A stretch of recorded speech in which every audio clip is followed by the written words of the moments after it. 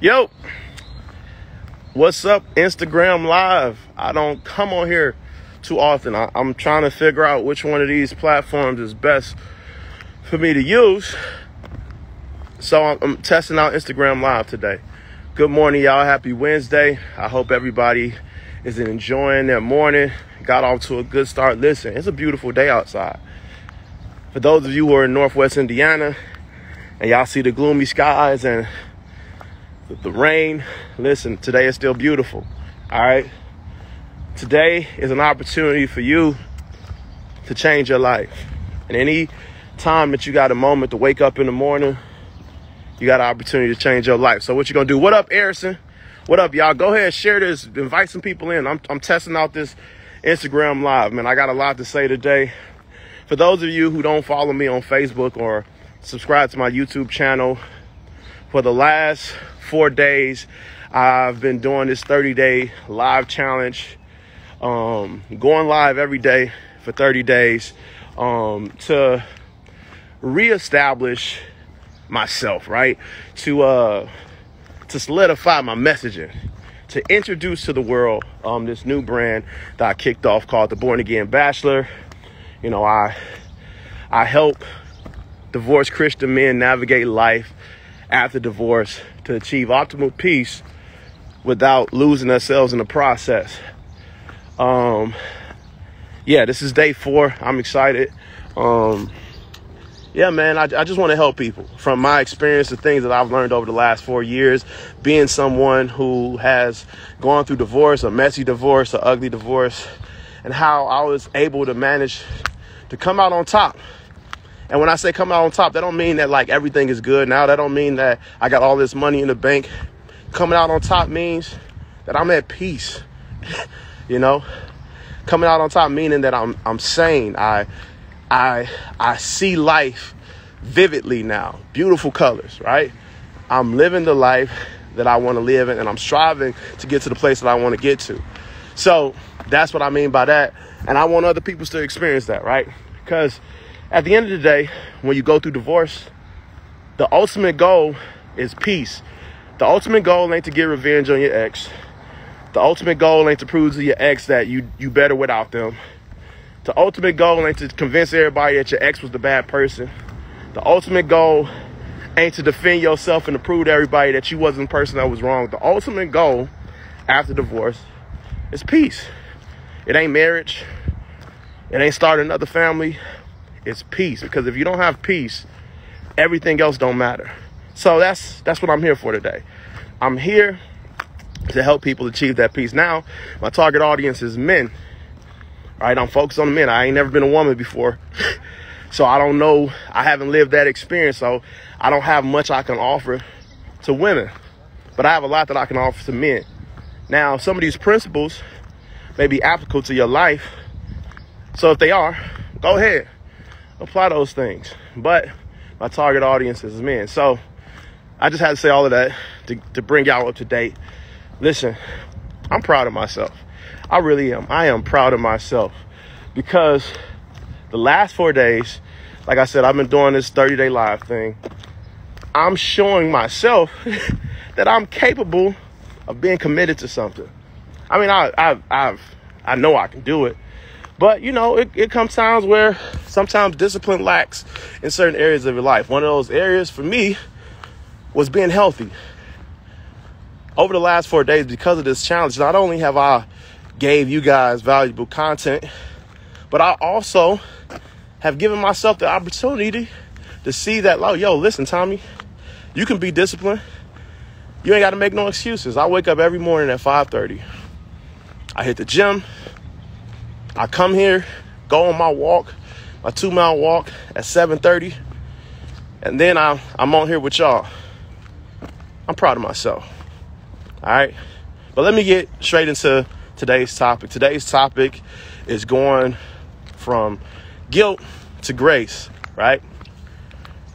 How to skip the guilt phase after divorce and get to that peace. All right. So I'm going to give y'all a couple nuggets, right?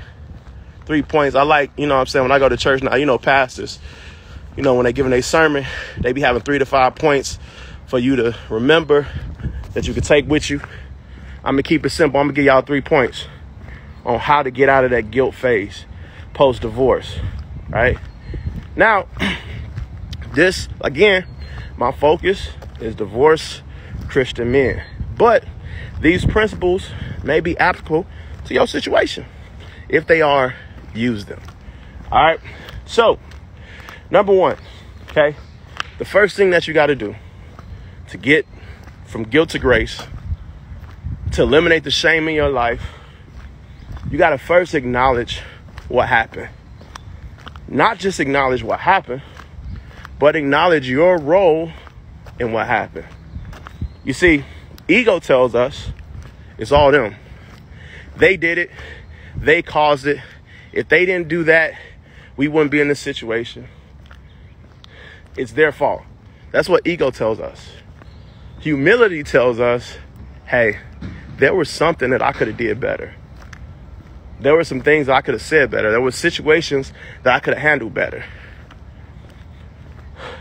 When we acknowledge the role we played in our divorce and the breakdown of our marriage, what that does is open up a gate for us, number 1, to be humble, and number 2, for us to analyze what really happened. You see, the way that the brain works, when something happens in life, our brain has to piece it together to make it make sense. And if we are unaware of what happened, what caused it, our brain will make up scenarios and give it to us, not because our brain is trying to make us feel like we ain't guilty. Our brain is just trying to make sense of the situation. So because we haven't sat down and analyzed what happened, our brain will tell us, hey, yeah, it wasn't you, it was them, they did this. And we avoid the healing that we need to move forward because we're like, yo, hey, we avoid the opportunity for us to like say, okay, I did this, and this. And because I did this, and this, it caused this, and this. So the first step to get rid of that guilt, own it. Acknowledge what you did, acknowledge your role, and own it. Embrace it. Because when you don't own it, what you do, you give the power to everybody else. Now they control the narrative. They can say what they want. They can say what you did, and they take control of the narrative. You need to take control of the narrative, and not from a perspective of trying to be manipulative. If you did some dumb stuff, own it. You did the dumb stuff. If you cheated, you cheated. You know, if you lied, you lied. If you were manipulative, you was manipulative. If you were emotionally abusive, verbally abusive, hell, if you were physically abusive, you did that. Own it. Accept it. Embrace it. These are the things that I did. This was my role in this situation. You may feel like, well, it wasn't that big of a deal. I just called them a name. Even if it's small or minute to you, it still played a role in the breakdown of your situation. So, to get rid of that guilt, to get rid of that shame, you got to first put it all in front of you. Everything that you did, your role, put it in front of you and embrace it and say, you know what? I did those things. What's happening now is the consequences of my actions. What's happening now is me experiencing what happened because of the things that I did. So, number 1, to get rid of the guilt and the shame, to move into the space of grace after divorce, acknowledge what you did, own it, embrace it, and move forward. If that makes sense to y'all, go ahead, give me some hearts, do some stuff. Hey, y'all, what up, everybody who's watching? Go ahead and interact with me. I'm trying to figure this Instagram live thing out. I only go live like once a year on Instagram. So that's number 1, all right? Number 2, I'm waving at everybody. How y'all doing? Thank you for joining your boy. Thank you. Thank you for joining your boy. Number 2, okay? Be nice to yourself, all right? Be nice to yourself. We've acknowledged what we did. We've laid out the places where we went wrong. We laid out the places where we could have done better. Now that we see those things, this is not the time for you to say, I'm a terrible person. I'm a horrible person. Listen, you are not your failures. You are not your decisions. You are not your poor choices. Those are all things that you did, that happened, that you can't change. You are not those things. A lot of people live in guilt. A lot of people live in shame because of the things that they did in the past, right? They can't get over it. They can't believe that they were that person. Listen, remember I told y'all, the old you is dead. It's a new you now. You ain't that person no more. Quit living as that person. You need to lay that person to rest, have a funeral for him, because you knew. Maybe, like I said, you view yourself as the choices you made. You cheated, so now you believe you're a cheater. You lied, so now you believe you're a liar.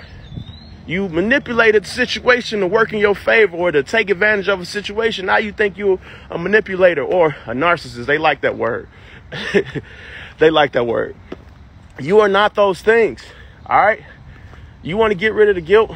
You want to get rid of the shame. You have to denounce those things because you've embraced it and you've internalized those things. Yeah, you messed up. Yeah, you did some dumb stuff. Yeah, you weren't smart. You know it wasn't worth it, but you did it anyway. It happened. It's the past. There's no magic DeLorean to go back in time and change those things. So why are you still living in the past? Let that stuff go, okay? And now this is a side nugget because I see people doing this too. Listen, while you are not your failures and you not your decisions, you do still have to deal with the consequences of your failures and your decision. You can't avoid that. It's just the way that the world works. So I say that to say this. If you did some foul stuff, you got to live with that. And I don't mean in the way of like guilt. I mean like this. You can't get mad at people for viewing you the way that you presented yourself. You did that. You created that narrative. There are going to be people who now moving forward, you've changed your life. You make better decisions now. You're not that person no more, but they're still going to view you as that. And that's completely fine. You did that to yourself and you have to accept that. You can't get on social media. You can't yell to the world. Y'all can't be mad at me. I done moved on. I done forgave. God forgave me. Y'all still holding. No, they have a right to hold that because you did what you did. Okay?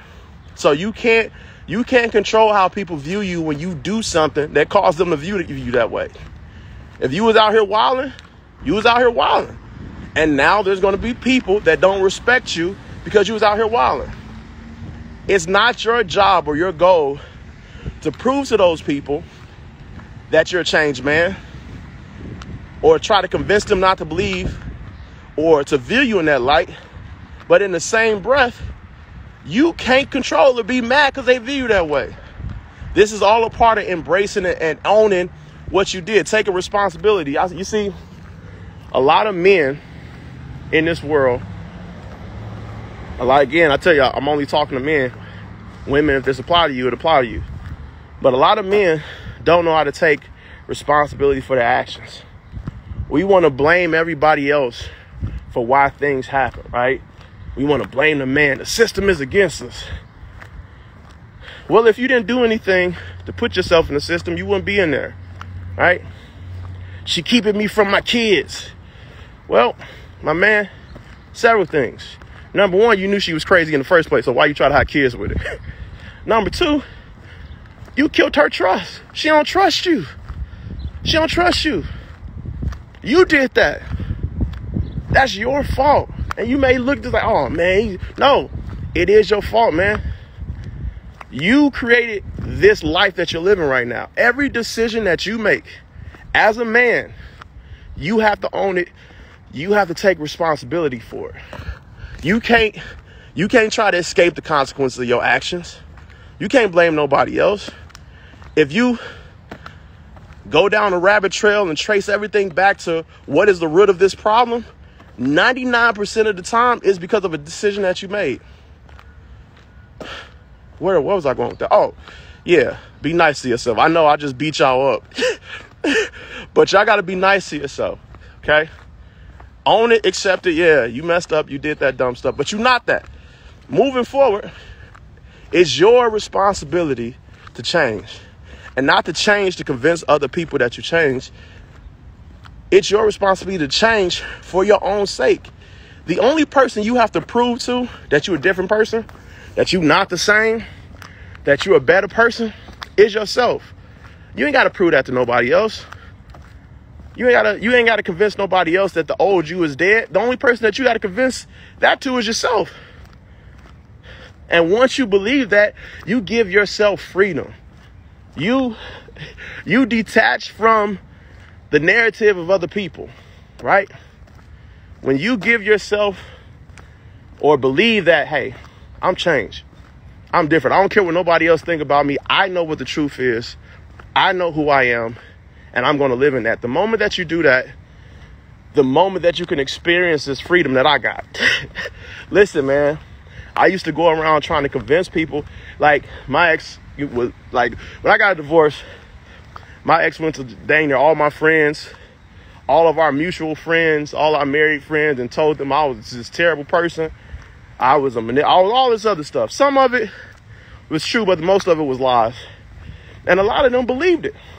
And that hurt so much. Because I'm like, y'all know me. Y'all know me. What? Y'all know me. So I spent the first year of my divorce trying to convince these people, yo, that's not who I am. I didn't do those things. And it was driving me crazy. Even to the point where my own family believed this stuff. And they was acting weird. And I said to myself, you know what? I know what the truth is. The people that are in my life, that are close to me, they know what the truth is. Why am I spinning the wheels, going crazy, trying to convince these people that that's not who I am? The way that what they believe about me don't impact my life. Still going to work, still waking up in the morning, still breathing. So why am I wasting time and energy trying to convince them? Let them believe what they want to believe. For some of them, rightfully so. Some of that stuff I did do. Majority of it I didn't. But for the things that I did do, why would I be mad that somebody is mad at me for something that I did? So I'm like, you know what? I know what the truth is, and I'm going to live in that. I know that I'm changing. I know that I'm different. That's all that matters. So be nice to yourself, man. I don't know why I'm standing on this part so long. Because some of y'all probably be beating yourself up. Reflecting back on decisions that you made when you was in high school. Man, some of y'all been out of high school 15, 20 years, and y'all said, man, I wish I would have never. You can't change that, playboy. It happened. That's who they believe you are. Let them believe. But you need to be nice to yourself. One of the things that you can do, tell yourself some affirmations. Wake up in the morning. Motivate yourself. Look in the mirror. Speak to who you are. Speak to where you are presently. Speak to where you want to go. Okay? Be nice to yourself. All right. Sorry for beating y'all up and motivating y'all at the same time. The last thing. So those are the first two things, right? You want to escape the guilt and the shame and live in grace, peace, and freedom. Okay, number one, acknowledge what you did. Own it. Move forward. Number two, be nice to yourself. You are not your failures. You are not your decisions. You're a new man. You're a new woman. The old you is dead. You're beautiful. You're lovely. You're strong. You're all of that stuff. Lastly, this is a big one. Focus on progress. Okay? Focus on progress. Focus on personal growth. You see, the reason why a lot of people don't change is because they're waiting for growth and they want it to be like this overnight thing, right? They want this Jack and the Beanstalk effect. You know, Jack and the Bean, he planted the little bean and then the next morning it was just a big thing. That's how we look at progress in our life, when that's unrealistic. There's nothing that we can do as it pertains to personal growth and personal development that will exponentially change our lives overnight, outside of giving your life to Jesus. Give it to Jesus. It's a day-to-day process. Sometimes it's an hour-to-hour process, a minute-to-minute process. You have to put in the work, and you have to take note of that progress and stay focused. One of the things that I encourage you to do is to get you a progress journal. Get you something that you can measure your day-to-day, measure your progress, so that you can see, from day 1 to day 10 to day 30, when you look back, you're like, man, I didn't realize I grew that much, right? My son, right? I was looking at videos of my son last summer. He was so small. I love that kid. He was so small. He a little chunky or whatever. And then the other day, I look at him, I'm like, yo, when did you get so big? When did you get tall? Because I was in the presence of it every day, I didn't notice the small changes that was happening. I didn't notice the little inches he was growing on a day-to-day basis because I'm looking at it every day. But when I step back and compared it to a year ago to now, he's grown so much. That's how it is with progress. Sometimes we don't know it because we got the magnifying glass on it and we just looking, okay, when is it going to grow? When is it going to grow? When is it going to come? When is it going to happen? Yo, it's going to happen when it happens. You just need to focus on your growth. So, like I said, get you a growth journal. All right. Maybe you want to get in shape like me. You want to be more healthy. You know what? I'm going to quit saying get in shape. You just want to be healthy. Because getting in shape really don't. It's about being healthy. You want to be healthy, right? You want to go to the gym, but you just don't have that motivation. I saw a TikTok where this guy was like how he started getting motivated to go to the gym. He said, I just didn't have the willpower to go sit on some weights and lift weights or hit the treadmill, but I knew that's what I wanted to do. So I started small. The first day, I drove up to the gym, sat in the parking lot, then I went home. The next day, I did the same thing. Drove up to the gym, sat in the parking lot, went home. Did that for a couple of days. Then I decided to get out of my car, go inside the gym, take a picture, get back in my car, go home.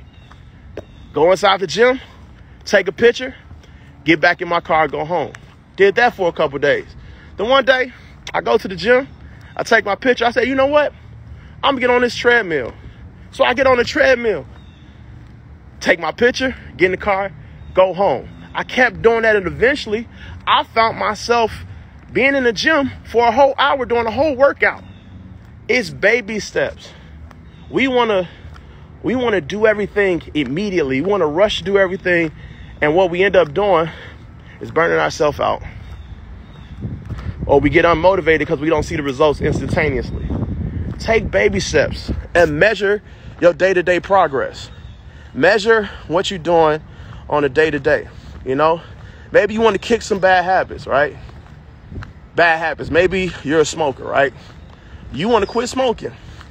Maybe you smoke a pack of cigarettes a day. I don't even know how many cigarettes is in a pack, but I'm just say a number or something. Maybe you smoke a pack of cigarettes every day for a whole week, every day for a whole week. That's 7 packs of cigarettes a week.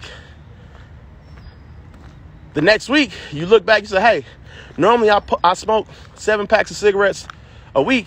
Today I only smoked 3. And then fast forward, hey, normally I smoke 3 packs of cigarettes a week. Now I'm only smoking 3 cigarettes. 3 cigarettes turned into 1 cigarette, 1 cigarette turned into none. Now you can look back 6 months down the line, you're not smoking no more, right? I don't know what your habit is. I don't know what progress or what goal you're reaching for, but set some attainable goals and go after them. Baby steps. Take note of the progress. This is how you escape this guilt, because like I said, you're a new person. The old you is dead. That man that you were, that horrible person that you believe that you were, they're not there anymore. You want to know how they're not there no more? Because you're looking at now, yo, these are all the things that I'm doing now. I didn't progress. I didn't transform. I'm not this person no more, right? So now you're a new person. And to be aware of that new person, you now have measurements. Yo, the old me would have never did this. The old me would have never went to the gym this many times. The old me would curse people out all the time. I ain't cursed nobody out in a long time. I'm a new person. So when you become that new person, that guilt and that shame that you used to feel, you don't feel no more. So, said all that to say this, y'all. You don't have to go through divorce feeling guilty, feeling shame, or feeling regret. It happens. Life happens to everybody. It's just different for everybody. You can come out on top. And what I mean by on top is not getting a new chick, getting a new man, getting remarried, getting a whole bunch of money, proving your ex wasn't nothing. Proving your ex, proving that you moved on from your ex. No, that's not coming out on top. Coming out on top means being at peace with life. I know people who have moved on in divorce. They done went on, started businesses, making a whole lot of money. They ain't got no peace. They in a whole new relationship, remarried. They ain't got no peace. I would rather have peace than anything. You give me peace, nothing that I face in life will shake me. The beauty of this is when you find peace, everything else starts to come to you. That new relationship, that new job, more money, better friends, all of that comes with peace. But you got to first pursue peace.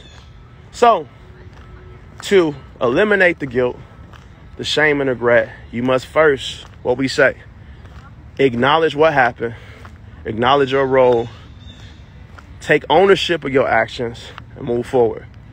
Number 2, be nice to yourself. You are not your failures. You are not the poor decisions that you made. You made those decisions. You can't go back in the past and change it. Move forward. Be nice to yourself. And lastly, focus on personal growth. You're not the same person you was a month ago. You're not the same person you was a day ago. After watching this live, you're not the same person you was an hour ago. So focus on personal growth, man. Oh, I'm finishing up here. I did my walk for the day. I'm about to go shower and head to work. I got a lot of meetings today. Got a field trip today I got to take these kids on that I really don't want to go on. But hey, today is a beautiful day. Make the most of it. If you enjoyed this, man, let me know, because I'm trying to debate. Should I just focus on Instagram, Facebook, YouTube? Which one I should focus on to give y'all the most value? So I'll talk to y'all later. Thank y'all for tuning in.